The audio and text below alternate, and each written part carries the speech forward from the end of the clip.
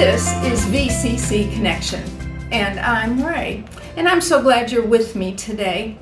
A few weeks ago, I found myself fretting over a situation in our family, and I was getting really worked up about it, really worried, even to the point of being anxious about it. And of course, Bob was saying, Ray, don't do this, don't get upset about this, just leave it go. And I'm worrying about it. And then it's like the Holy Spirit tapped me on the shoulder and said, do you remember Psalm 37, verse 8? 37, 8. So I went and looked it up. Oh, yeah. Don't fret. It only causes trouble. And I thought, yeah, it's causing trouble for me to be fretting over this situation that I have no control over at all. There's no way I can do an input to make things different. Yeah, it was causing trouble. My mind was getting all agitated. My stomach was tied up in knots. That's not a way to live. And then I remember Jesus saying to the disciples on that last day with them, he said, let not your heart be troubled. You believe in God, believe in me. That's chapter 14 of John, the Gospel of John. It begins with those words, and that chapter ends with the same words.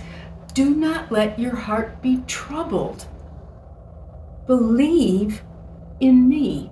And I thought, if I believe in Jesus, not only do I believe who he is, I have to believe what he says. And am I believing what he says? That he loves me, that he loves my family, and he's in charge of it all. Do I believe that and therefore be able to turn this all over to him? Of course, then there's Paul, writing to the Philippians in chapter 4 of his letter, and it says, be anxious for nothing. And it's not just don't be anxious about this or that, it's for nothing. Don't be anxious about anything. Well, God got my attention. And so what do you do when you're in that situation? You go to God and you say, I can't handle this. I don't know what the answers are. You do, so I give it to you. It's your business now. It's not mine. And I laid it down. There was a song I listened to a few years ago that said, lay it all down. Lay it all down at the feet of Jesus. So that's what I did with this anxiety, this fretting that I was doing over a situation. I laid it all down at the feet of Jesus and said, it's yours. And I took a deep breath and I went back to my business. And you know what? The situation was taken care of. God intervened, God moved, and things got a whole lot better. Not completely solved yet, but it got a whole lot better.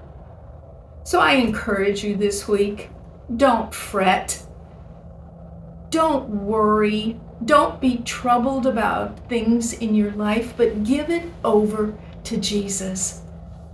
And then rest in him. Go about your business. Trust him. That's what we're supposed to do. Trust him. Believe what he says. And see what happens. And remember what I always say, when you do that, something exciting is going to happen. You're going to see God move. You're going to hear his voice. So this week, give it over to Jesus, whatever it is, and then go about your business, trusting him in all things. So, thanks for listening. I'll see you next time.